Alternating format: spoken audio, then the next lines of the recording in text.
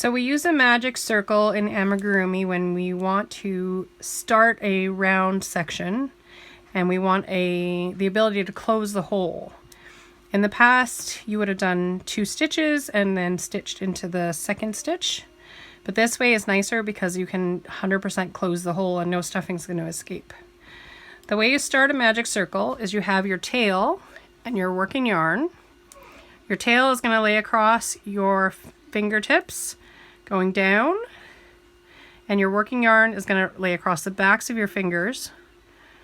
So then you tip your fingers up, you're going to go under, and when you go under you're going to cross the tail. So now you have 2 lines of yarn. So the one on the back is now your working yarn. Okay?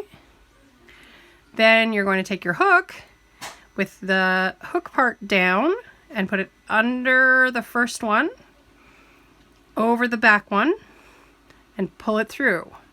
Then you're going to twist it so the hook is on top, pick up your working yarn, and pull it through your loop. Now you have your magic circle. You can do your single crochets.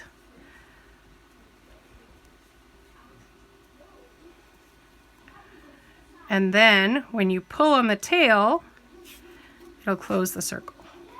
Just like that.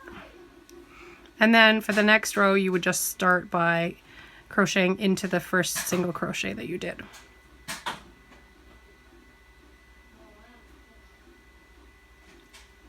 So again, if you guys have any questions or comments, please leave them and subscribe to our channel, Red Barn Homestead. We're getting a little crafty, so you can expect a little more of these little tidbits and treats, and you folks have a good day.